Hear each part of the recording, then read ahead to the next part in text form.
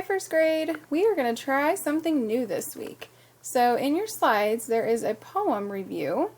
I'm thinking this app Classkick is what we're going to use. It is in Clever, but I've linked it here so hopefully we don't have to go to Clever, find it, and all that jazz. I'm also hoping that when we click on the little green hand that you won't have to put in the code, but just in case it looks different on your end, there's the code to get to our assignment. So let's try this out. I'm going to click on the green hand.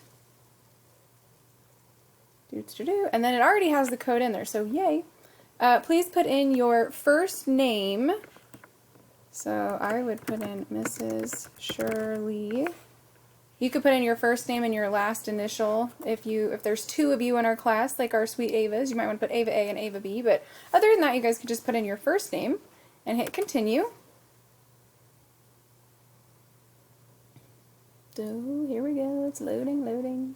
Okay, so then there are 3 pages. So this is the Hippopotamus Stew poem that we've heard before.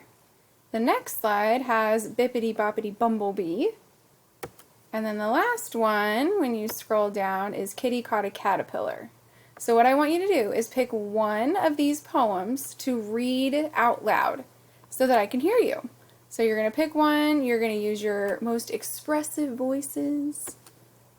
Okay, so let's say, I pick Bippity Boppity Bumblebee, and I want to record myself reading this. Here is the little microphone. It says Add Audio. So I click on that, and then I'm going to hit Start Recording, and I can tell that it started. So I'd say, Bippity Boppity Bumblebee, won't you say your name for me? Stop and save, and there is my wonderful reading right there. I can move it anywhere I want. And it's already saved, so I don't have to worry about saving it or anything. So I believe you can just click out and then you're donezo.